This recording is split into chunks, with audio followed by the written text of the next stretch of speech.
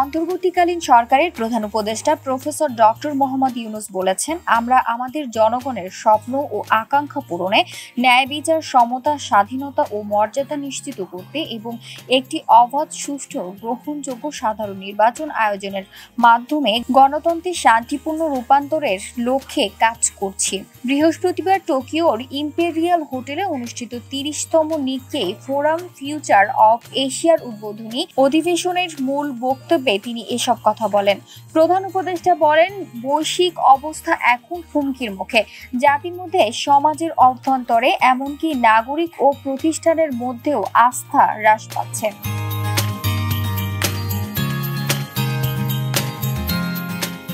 ভারত ও পাকিস্তানের মধ্যকার সংঘাতের প্রসঙ্গ টেনে তিনি আরো বলেন, সম্প্রতি আমাদের দুই প্রতিবেশীর মধ্যে একটি সংক্ষিপ্ত কিন্তু ব্যয়বহুল যুদ্ধ সংঘটিত হয়েছে। অন্তত দুঃখজনক যে আমরা কোটি কোটি টাকা যুদ্ধের পিছনে ব্যয় করছি, অথচ লাখ লাখ মানুষ না খেয়ে বা ন্যূনতম চাহিদার জন্য লড়াই করছে। ডক্টর ইউনূস যুদ্ধবিরতির জন্য উভয় দেশের নেতাদের ধন্যবাদ জানান এবং দক্ষিণ এশিয়ার শান্তি, স্থিতিশীলতা ও সহায়াবস্থানের আশাবাদ ব্যক্ত করেন।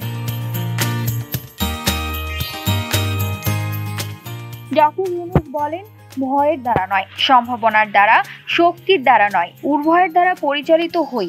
চলুন একটি উত্তম বিশ্বের কল্পনা করতে সাহসী হই। চলুন একে অপরের প্রতি আস্থা রাখি। চলুন শুধু প্রয়োজনীয়তার কারণে নয়, বরং আন্তরিক ইচ্ছে থেকে একে অপরকে সহযোগিতা করি। এশিয়ার ভবিষ্যৎ এখনো লেখা হয়নি, আমরাই তা একসঙ্গে লিখব। বাংলাদেশ ও জাপান একসঙ্গে কাজ করে এশিয়ার ভাগ্য, এমনকি বিশ্বের ভাগ্যকেও পুনর্লিখন করতে পারে।